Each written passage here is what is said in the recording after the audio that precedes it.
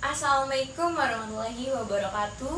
Sebelumnya, perkenalkan saya Eva Purnamasari, NIM 211540111, Prodi D3 Kebidanan tingkat 2. Di sini saya akan membuat video yaitu tentang SOAP ibu hamil trimester ketiga. Selamat menyaksikan. Di sini saya sudah ada SOAP pada ibu hamil trimester ketiga, asuhan kebidanan pada kehamilan normal terhadap Nyonya A, G1P0 A0 di Puskesmas Melati pada tahun 2020. Kita tulis tanggalnya 2 Oktober 2020, pukul 9 WIB, pengkaji Eva Purnamasari. Nah, SOAP ini terdiri dari S, data subjektif, O-nya data objektif, dan A, assessment, dan P-nya plan of action. Yang pertama-tama kita tanyakan dulu data subjektif pada klien ataupun pasien. Untuk identitasnya, nama pasien Nyonya A, umur 25 tahun, suku Jawa, pendidikan SMA, pekerjaan IRT, alamat Desa Ibul, dan kita tanyakan data suaminya juga, nama suami Tuan A, umur 30 tahun, suku Jawa, pendidikan SMA, pekerjaan petani, dan alamatnya Desa Ibul. Kita tanyakan ibunya alasan kunjungan saat ini apa, yaitu ibu mengatakan hamil anak pertama, usia kehamilan 36 minggu, datang untuk memeriksakan kehamilan. Yang kedua, kita tanyakan riwayat kehamilan saat ini. Ibu riwayat menstruasi, HPHT-nya pada tanggal 25 Januari 2020. Ibu mengatakan hari sebelumnya teratur lama 6-7 hari. Siklus haidnya 28 hari teratur, dan 2-3 kali ganti pembalut sifat dari haid tersebut darahnya encer. Nah, ada tanda-tanda kehamilan yaitu PP test hasilnya positif, TP tafsiran persalinan pada tanggal 1 November 2020.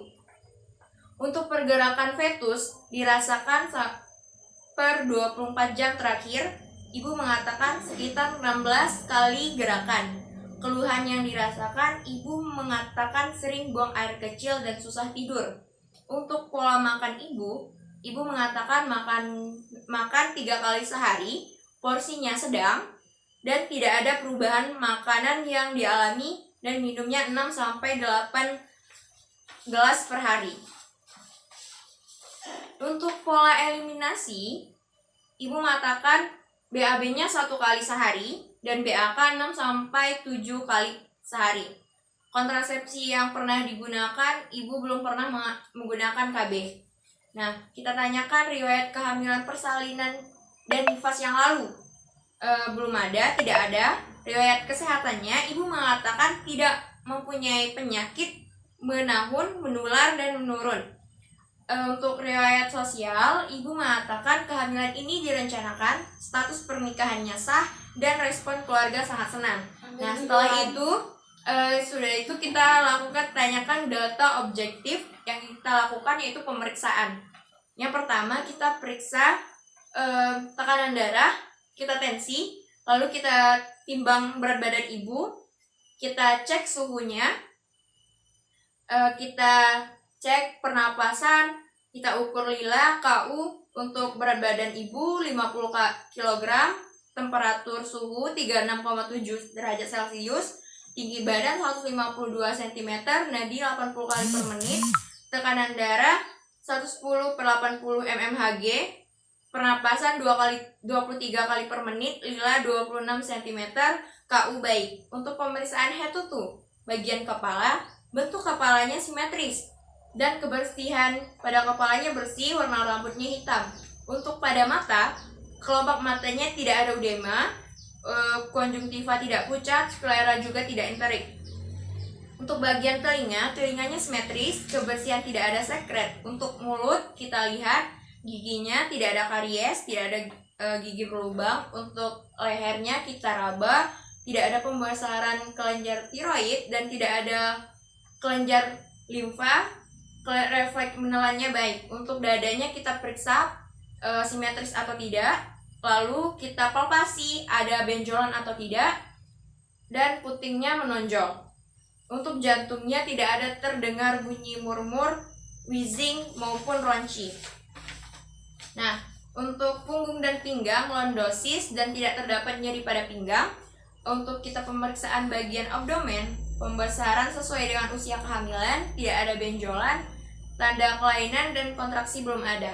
Nah, baru kita melakukan Leopard 1 sampai 4. Yang pertama Leopard 1, TFU pertengahan pusat PX, dapatkan TFU-nya 30 cm. Bagian fundus itu teraba, bulat, lunak, dan tidak melenting, kemungkinan itu bokong. Untuk Leopard kedua, teraba, tahanan keras, memanjang seperti papan, kemungkinan itu punggung. Berarti kita mendengar DJJ-nya pada punggung kanan. Terus bagian kanan perut ibu teraba bagian terkecil janin, kemungkinan itu ekstremitas dari janin. Untuk Leopard ketiga, bagian bawah perut ibu teraba bagian bulat, keras, dan melenting, yaitu kemungkinan itu kepala janin. Untuk Leopard keempat, yaitu konvergen. Nah, didapatkan DJJ tadi itu 144 kali per menit. Untuk TBJ-nya kita hitung TFU-nya dikurang 12 dikali 155, didapatkan 2790 gram. Lalu baru kita periksa ekstremitas. Udem pada kaki tidak ada, ketegangan tidak ada, kemerahan juga tidak ada, varises tidak ada. Lalu kita suruh ibunya untuk duduk, kita periksa refleks patelanya, didapatkan dari sini hasilnya positif. Untuk genitalianya normal. Nah, langkah yang ketiga yaitu asesmen. Asesmen yaitu kita menegakkan diagnosis G1P0A0, usia kehamilannya 36 minggu, janin tunggal hidup, intrauterin, letak memanjang, presentasi kepala. Nah, yang terakhir langkah keempat yaitu plan of action atau penata laksanaan. Yang pertama kita jelaskan kondisi ibu dan janin saat ini. Misalkan tekanan darahnya 110/80, nadi 80 kali per menit, pernafasan 23 kali per menit, temperatur suhu 36,7 derajat Celcius, dan DJJ 144 kali per menit. Evaluasi ibu mengerti kondisi dan janin saat ini dalam keadaan baik. Yang kedua, kita menganjurkan ibu agar ibu beristirahat dan mengurangi aktivitas yang berat. Evaluasinya ibu bersedia mengatur dan pola istirahat dan aktivitasnya. Yaitu yang ketiga, memberikan informasi mengenai pemenuhan kebutuhan nutrisi yang adekuat seperti konsumsi sayur-sayur, buah-buahan, dan ibu mengerti tentang kebutuhan nutrisi yang adekuat.